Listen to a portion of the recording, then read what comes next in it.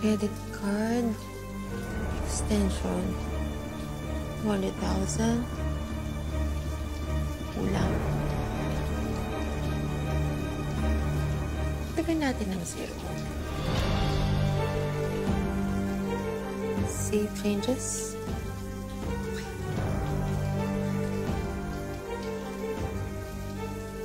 Love! Bilisan mo mag-shower! Nay, bilisan mo siya sa pagkain mo. Gusto ko pa kasing bumili ng mga outfit, nag-terno tayo, para tumilin tayo. Bongga lang. Pagkatapos, pumarada tayo sa barangay natin para magbaw sila kay Doña Susan at saka syempre kay Doña Betsy. Ay, pero anak, ang paalam mo kay Robert, ha? Bibili ka ng gamit sa bahay. Bakit parang puro gamit mo yan? Siyempre, bibili din ako noon. Pero, uunahin ko muna yung sarili ko dahil sabi nga nila, love yourself, di ba? Kaya, kaskas pa more dahil madami kong laman to! Ang alam ko, yung mga credit card na ganyan, may limit yan, ha?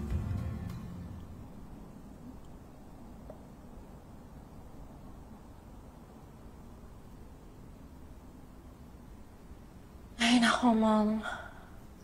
Hanggang ngayon, nahihirapan ako makisama kay Betsy para kay Daddy. Ano ba naman kasi? Naaalala ko kung paano kayo ni Daddy. You guys were a match made in heaven. Kaya naman kahit gano'n siguro kadaming Betsy ang dumaan sa buhay ni Daddy, hindi ka niya makakalimutan.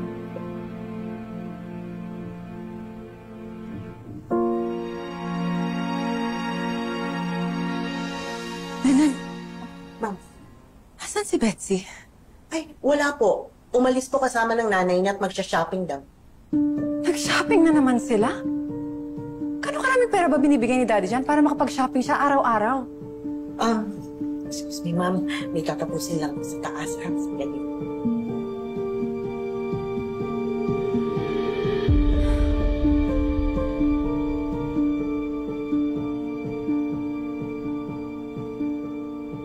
Nay, wais tong anak mo. Nasilip ko kasi yung password ni Robert sa bank app niya. So, ang ginawa ko, tinaasan ko yung credit limit. Kaya bonggang shopping day tayo today. Oh. Na, hindi mo man lang ba aambunan ng nanay mo? Ambon? Ako hindi. Dahil bagyo ang aabutin mo. Kaya tuloy-tuloy ang panic buying natin dahil sagot ka ng bagong Mrs. Rodriguez. Ang nagwaging Reyna.